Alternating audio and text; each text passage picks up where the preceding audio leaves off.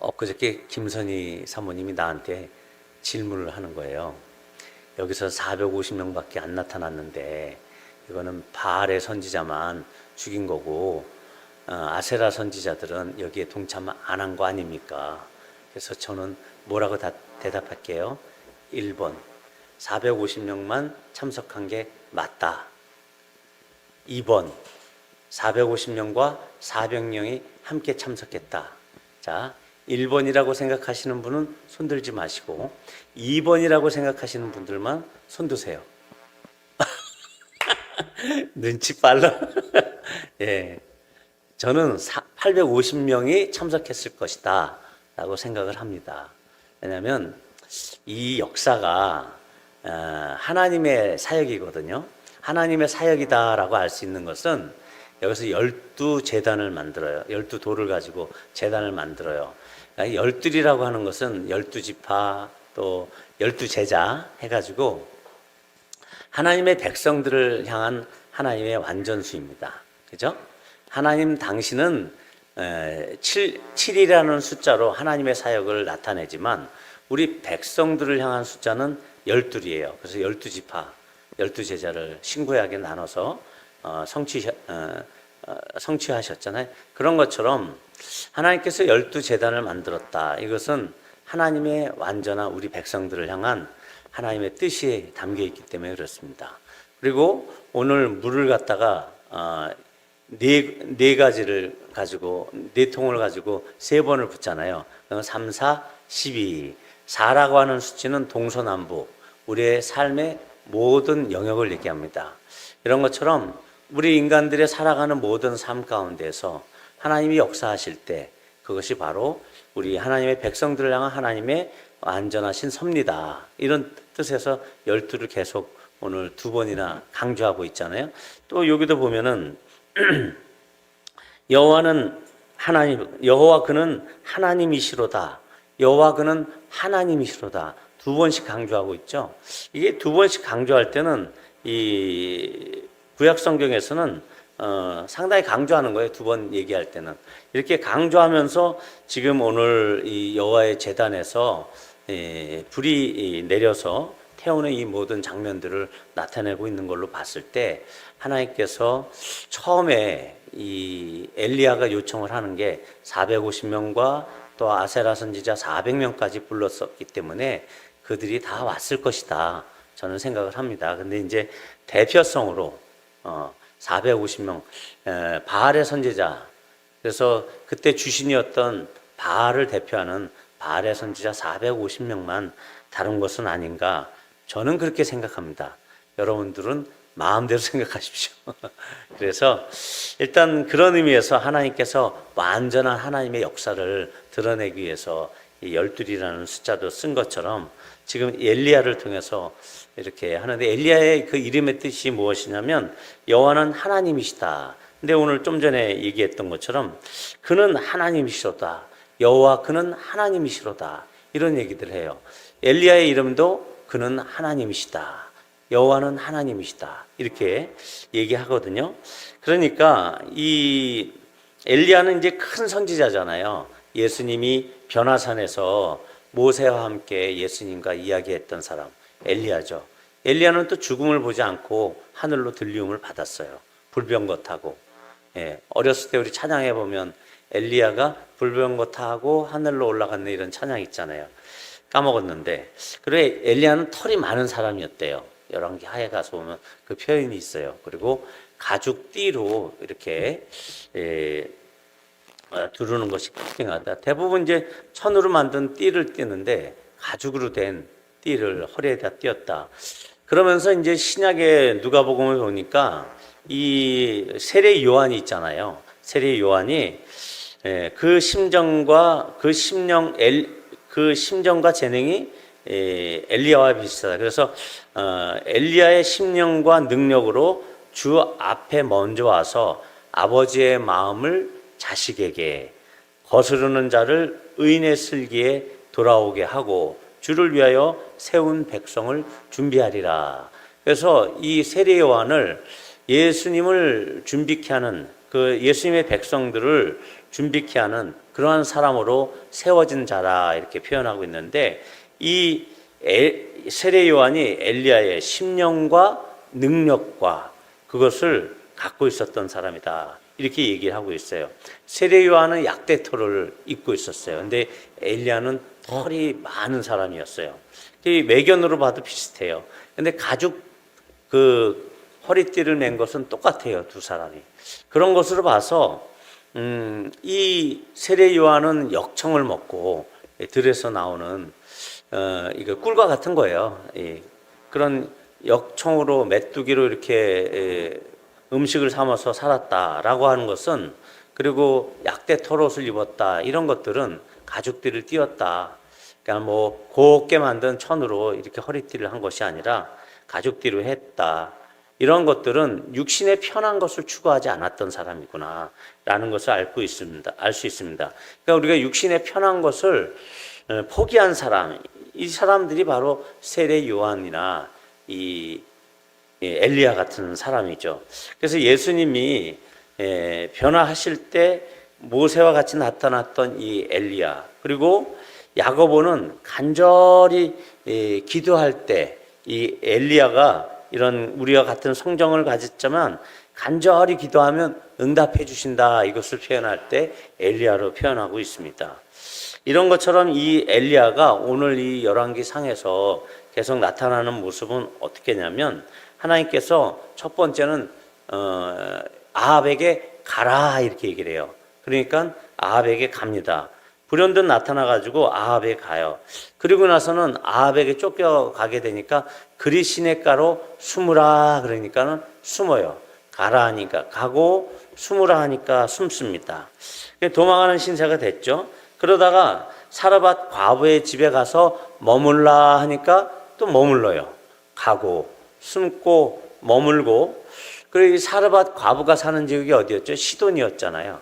그러니까 이 우상 숭배, 바알 숭배의 근원지인 등잔밑이 어둡다고 그 시돈 땅, 이 사르밧에 가서 그 과부의 집에 머물라 하니까 그렇게 한단 말이에요. 그리고 또 3년이 지나서 이제 기근이 오잖아요. 기근이 지나고 그 다음에 3년이 돼서 너는 아합에게 가서 너를 보이라 하니까 또 아합에게 가요.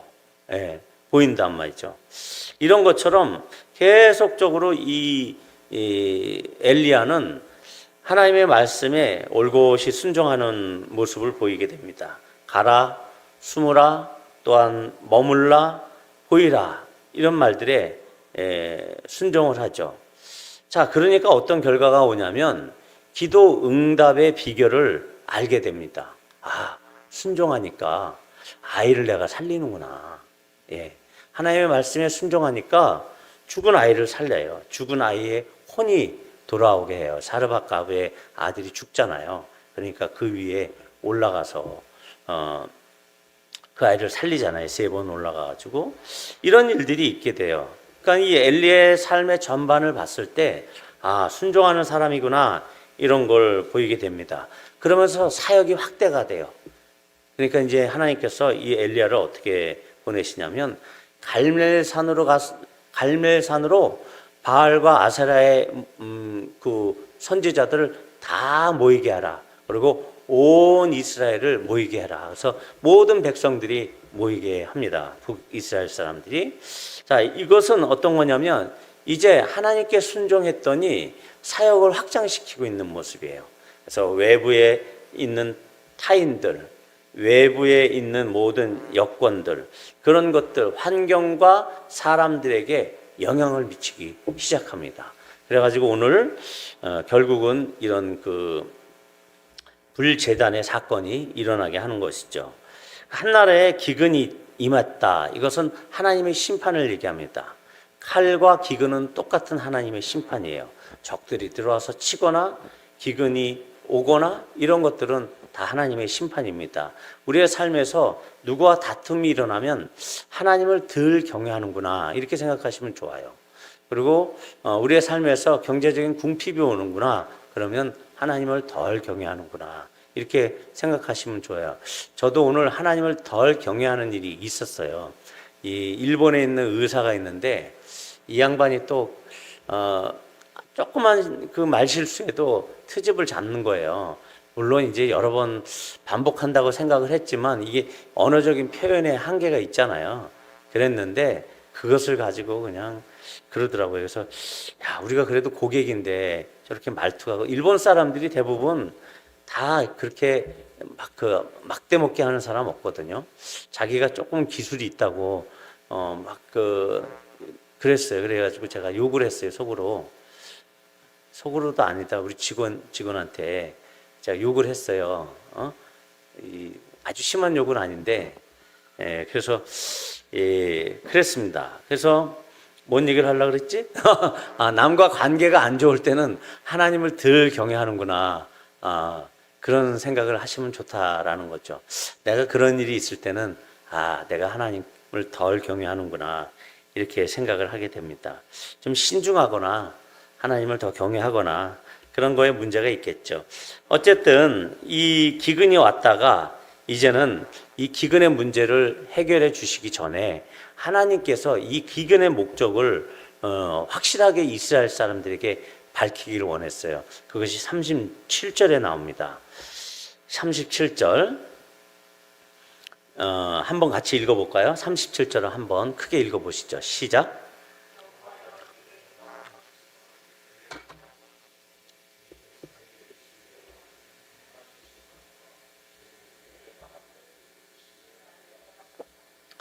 하나님께서 뭘 알려주시려는 거예요? 그들의 마음을 되돌이키시려고 하는 게 목적이고, 그죠?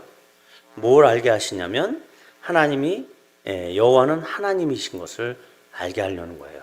진실한 하나님, 진짜 하나님, 바알도 하나님이고 우리 여호와도 하나님이 아니라 우리 하나님만이 하나님이신 것, 그것을 알게 하시고 그들의 마음을 돌이키시려고 하는 것들을 지금 이 백성들이 알기를 원하시는 거예요.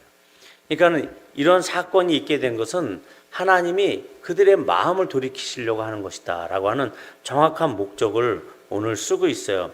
그러니까 이 기근의 목적은 뭐예요? 이 온 이스라엘이 그 마음을 돌이키라는 거예요. 어디에서? 그들이 쫓아다니던 어떤 우상으로부터, 그들이 사모하고 그들이 하나님보다 더 음란하게 섬기는 그것, 그죠?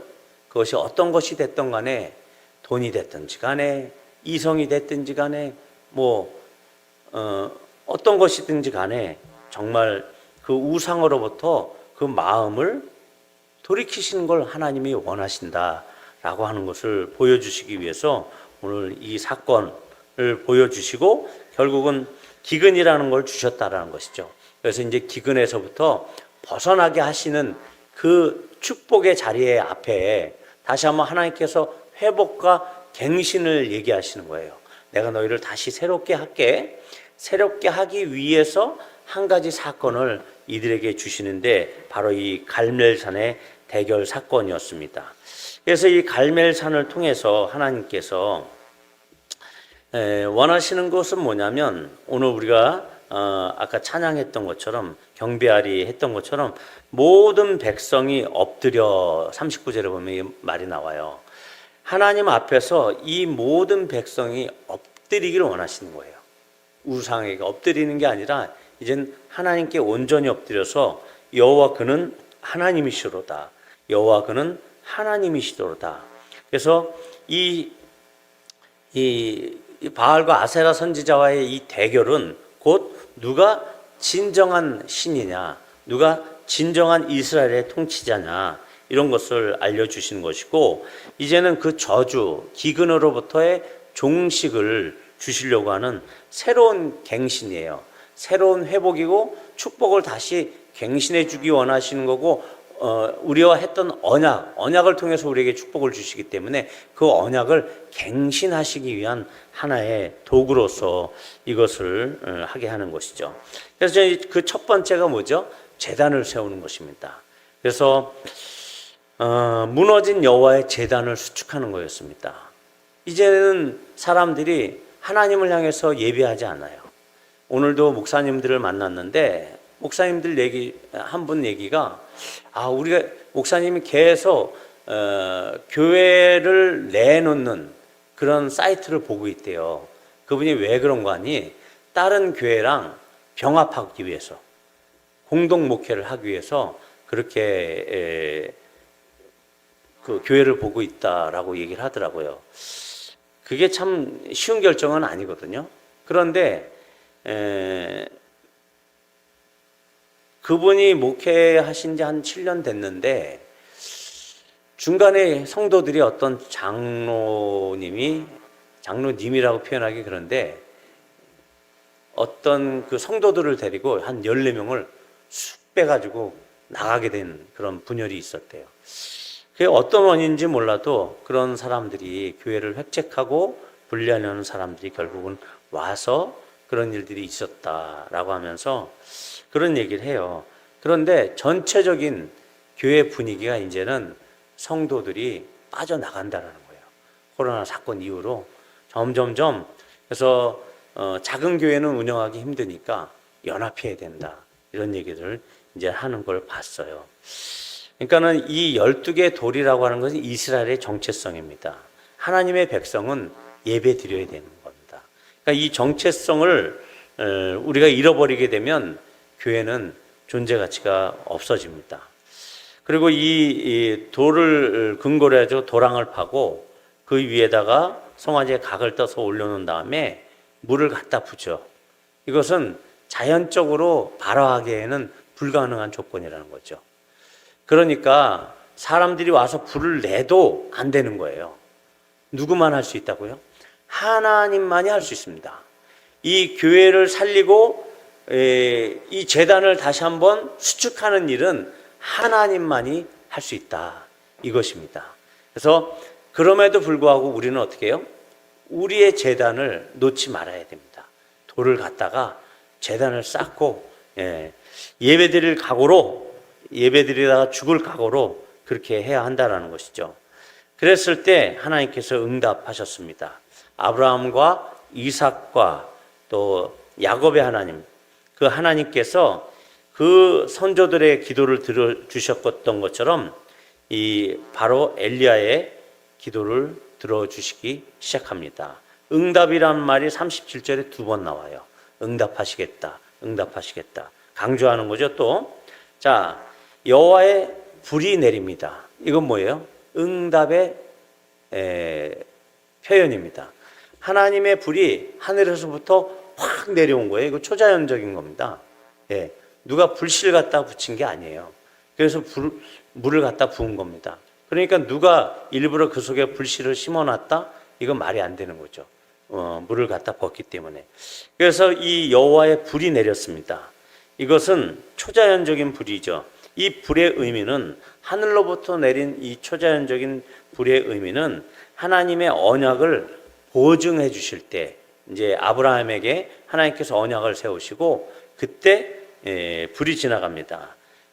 하나님의 언약을 보증해 주실 때 이 불이 내리기도 하고, 하나님께서 친히 사람들에게 임재할 때 불이 내립니다. 이 모세에게 그 떨기나무가 불에 타고 있는 모양으로 나타나셨잖아요. 하나님이 친히 나타내실 때, 그리고 하나님의 능력과 그 다음에 제사를 받으실 때, 이럴 때 하나님께서 이 불로 임하신 것입니다. 그리고 이제 다윗과 같은 사람은 그 백성들을 계수하는 죄 때문에 결국은 심판을 받잖아요. 그래서 애매한 사람들이 죽게 된단 말이에요. 그 다음에 이 오르난의 타작마당에서 제사를 드리는데 그때 하늘에서부터 불이 확 임해요. 그리고 나서 그 제사를 받으셨다는 응답이거든요. 그때 응답하셨다라고 정확하게 표현이 돼요. 응답을 하시고 나서 어떻게 됐냐면 심판하던 천사의 칼이 칼집으로 다시 들어가게 되는 일을 겪게 됩니다. 그래서 이렇게 불이 임하니까 어떻게 해요? 타지 않는 흙과 돌도 타버렸다. 그러니까 불이 얼마나 강력했는지를 보여주는 거죠. 이것은 무엇이냐면 정말 하나님께서 우리에게 이렇게 초자연적으로 강력하게 역사하실 때 하나님의 응답이 있다라는 것을 보여줍니다. 모든 것을 태우는 이 하나님의 불, 그때 이스라엘 백성들이 그는 과연 하나님이시구나 하면서 놀랬습니다. 자, 이것을 오늘날에 이런 현상들을 어떻게 표현할 수 있냐면, 우리가 오순절 다락방 때 어떤 일이 있었죠? 각 사람의 머리 위에 불의 혀 같은 것이 임했거든요. 머리라고 표현하고 있지는 않는데 각 사람의 위에 불의 혀 같은 것이 하나씩 각각 임했다라고 하고 있거든요. 자, 우리 모세의 불의 의미를 보면, 모세의 불은요, 그 떨기나무를 태우지 않았어요. 그죠? 떨기나무와 같은 우리 인생, 그것이 존재 자체는 그대로 있습니다. 근데 성령이 임하고 나서 우리가 변화가 일어나잖아요. 그렇죠? 내면의 변화가 일어나긴 합니다. 하지만 이 불은 두 가지로 나타나요. 오늘 이렇게 하늘에서 오는 이 초자연적인 하나님의 불은 그 모든 것들을 태워버렸습니다. 재물이나 이제 응답을 표시하기 위해서 태운 것이죠. 결국은 소멸시키는 불입니다. 그러니까 이 하나님이 역사하신 이 제단에 불이 붙는, 하늘에서 불이 떨어지는 이 모습을 보고도 사람들이 그것을 경고로 받아들이지 않고 하나님의 최종 심판으로 받아들이지 않고 하나님 앞에 무릎 꿇지 않았다라고 하면 그 주변에 있는 사람들은 싹 죽었을 거라고 저는 예상을 합니다. 결국은 하나님의 소멸하시는 불로서의 하나님의 불은 강한 경고, 곧 심판을 의미하는 것입니다. 이 심판적인 불이 임했고 응답을 나타내기도 하지만 심판적인 불로 하나님의 불은 임한다는 것이죠. 또 한 가지는 강한 임재를 나타낼 때 불로 하나님께서 보여주셨어요. 그래서 이 이스라엘 민족을 향한 하나님의 출애굽의 계획을 모세에게 나타내시기 위해서, 우리 인생에 있어서 가장 위대한 일이 뭡니까? 구약에서는 출애굽이고 신약에서는 예수 그리스도를 통해서 우리가 세례를 받는 것이에요. 그러니까 이 가장 세상이라고 하는 애굽으로부터 벗어나서 하나님의 나라로 들어가는 것, 이 출애굽이 가장 우리 인생에 값어치 있는 것인데, 이 값어치 있는 출애굽을 단항하게 할 때 하나님의 불이 모세에게 임했습니다. 그런데 그 떨기나무는 태우지 않았어요. 그리고 모세 앞에 하나님께서 자기를 드러내셨습니다. 하나님의 강한 임재를 얘기해요. 하나님의 강한 임재가 있으니까 내 발에서 신을 벗어야 되는 겁니다.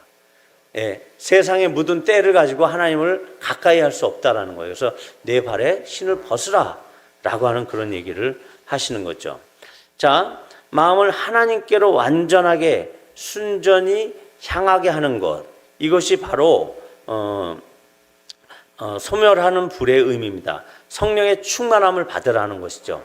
우리가 신약 시대에서는 이 성령의 충만함을 받는 것이 이 하나님의 불, 강한 임재를 느끼게 하는 것입니다. 그러니까 옛날처럼 막 하늘에서 불이 내리지 않아도 이미 우리 각 사람에게는 성령의 불이 임해 있습니다. 그래서 성령의 충만함을 받는 것이 성령의 불을 받는 거예요. 이것은 어떤 의미냐면 12지파를 선택하셨잖아요. 그렇죠? 12제자를 예수님이 선택하셨잖아요. 이런 선택하심과 같은 이런 선택은 하나님의 은혜이거든요.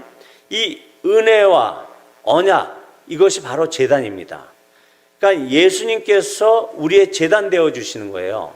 그리고 그 제단 위에 우리를 올려놓았을 때, 십자가 위에 나를 올려놨을 때 성령의 불로 태우는 것이다 라고 하는 그 모습을 상상하시면 좋을 것 같아요. 십자가라고 하는 그 예수님이 이뤄놓으신 언약의 은혜의 제단 위에 우리 자신이 각이 뜯어져서 우리 자신의 내면에 일절 찌꺼기나 더러운 것들, 이런 것들 다 찢어 발겨서 그대로 올려놓았을 때 우리의 내면이 여실히 성령 안에 하나님 앞에 드러났을 때 성령의 불이 임한다는 거죠. 이 회개의 영이, 그러니까 회개가 있을 때 성령께서 임하셔서 우리를 태우시는 겁니다.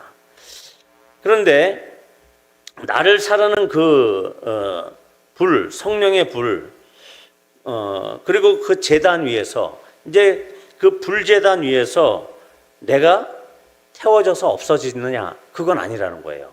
내가 소멸하지 않는 그 불이 임했기 때문에 그렇습니다. 떨기나무가 태워져서 없어지지 않았단 말이에요. 그렇죠? 불 그대로 있었단 말이에요. 떨기나무 그대로. 떨기나무가 태워지지 않아요. 그건 뭐예요? 하나님의 불은 산소에 의해서 어떤 물질을 태우면서 나오는 그런 발화의 불이 아니라는 거예요. 초자연적인 하나님의 역사의 불이라는 거죠.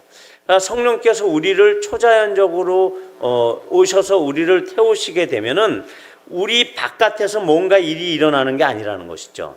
나의 인격이 어떤 황홀경에 빠지는 것과 같은 내가 없어지고 내 인격 바깥에서 어떤 일이 일어나는 게 아니라는 것입니다. 내 인격은 그대로 떨기나무처럼 있고, 하지만 그 내 인격 위에 성령님이 임하시는 거죠. 그리고 사라지지 않는 불로서 성령님께서 우리와 함께 하시기를 원하신다. 이것이 바로 성령 충만의 비결인 것입니다. 그러니까는 성령이 임하면은 무아지경에 빠져가지고 방언을 하고 예언을 하고 이것이 아니어도 성령께서 우리에게 임하실 수 있다라는 것입니다. 그래서 우리의 인격은 그대로 있으면서도 불구하고 성령께서 우리의 인격 자체를 태우는 것이 아니라 우리 안에서 우리의 내면의 더러운 것들은 태워 없애시고 우리 영의 새로운 것들로 새로운 마음으로 우리를 변화시키는 것, 이것이 바로 성령의 불로 태워진다라는 것이라고 볼 수 있습니다. 오늘 이 여호와의 제단을 수축하는 것, 이것은 갱신을 얘기합니다. 우리의 삶에 있어서 뭔가 갱신이 필요한 것을 얘기해요. 우리가 이대로 더 가다가는 더 하나님을 못 만날 수도 있고 그냥 습관적인 신앙생활에 머무를 수도 있다라는 것입니다. 북이스라엘은 10개의 지파만으로 구성되었는데 하나님은 12개의 돌, 그 다음에 12번의 물동이를 갖다 붓게 됩니다. 이것은 하나님의 원래의 계획은 12이라는 겁니다. 온 이스라엘을 향한 하나님의 계획이 있어요. 그런데 지금 10지파, 2지파가 찢어졌습니다. 그때 하나님께서 그들의 마음을 되돌이키시면서 무언가를 알게 하신다라고 표현하고 있어요. 그래서 주께서는 이스라엘 중에서 하나님인 것, 우리에게 하나님이 어떤 분이신가를 알라라는 겁니다. 우리 개인이 하나님을 지금 어떻게 대접하고 있는가를 알라라고 말씀하시는 거예요. 두 번째로는 내가 주의 종인 것을 알라라고 표현하고 있거든요. 우리는 주의 종입니다. 다른 존재들의 종이 아니에요. 공부하는 거, 돈 버는 거, 어떤 거래 관계에 있는 어떤 사람의 종, 그거 아니라는 얘기죠. 오직 하나님의 종이라는 것입니다. 내가 지금 관계하고 있는 사람들의 종이 아니에요. 이것을 오늘 하나님이 말씀하시는 겁니다. 그것에서 되돌이키라는 거예요. 그리고 세 번째로 내가 주의 말씀대로 이 모든 일을 행하는 것을 오늘 알게 하옵소서, 이렇게 얘기하고 있거든요. 말씀대로 하나님께서 행하기를 원하신다는 거예요. 우리가 하나님의 건전한 말씀, 하나님이 진정으로 원하는 그 말씀을 선택하라는 것입니다. 우리의 육정과 머릿속의 생각과 탐욕이 아니라 하나님이 원하시는 그 말씀대로 살기를 원하신다. 그래서 하나님 나라로 세움을 받은 이 이스라엘 사람들이 철두철미하게 하나님을 떠나 있었던 그 상황에서 이제는 완전히 되돌리시기를 원하는 것입니다. 그것이 오늘 불제단으로 응답하시는 사건입니다. 그리고 나서 홍수가 임했어요. 비가 오기 시작했습니다. 우리 인생에 뭔가 메말라 있고 뭔가 사람들의 관계에 있어서도 석연치 않은 것이 있고 내가 누구를 자꾸 정죄하거나 또 아니면 내가 누구를 미워하거나 아니면 내가 누구로부터 공격을 받거나 이런 문제가 있다라고 하면, 뭔가 석연치 않은 게 있다라고 하면 곧 이것은 하나님께서 그 마음을 되돌이켜라 라고 하시는 그 마음인 것을 우리가 지금 알 필요가 있습니다. 우리가 접촉하는 이 세대의 사람들의 마음을 하나님께서는 돌이키게 하시길 원합니다. 우리가 이제는 이 엘리야처럼 이 세대에 있는 사람들의 마음을 돌이키는 사람으로 살아야 될 것입니다. 그래서 그 사람들이 하나님을 알고 하나님께로 완전히 돌이킬 수 있도록 우리가 기도하는 존재로, 그래서 그 기도의 응답이 오늘 불로 임하신 것처럼 우리의 삶에도 늘 성령 충만함으로 인해서 성령의 불이 임해 있는 사람으로서 성령이 활활 타올라서 내 인격을 통해서 성령 하나님께서 역사하실 수 있도록 우리가 성령의 떨기나무가 됐으면 좋겠습니다. 그런 정신으로 이 마지막 세대에 살아가는 저와 여러분이 됐으면 좋겠습니다.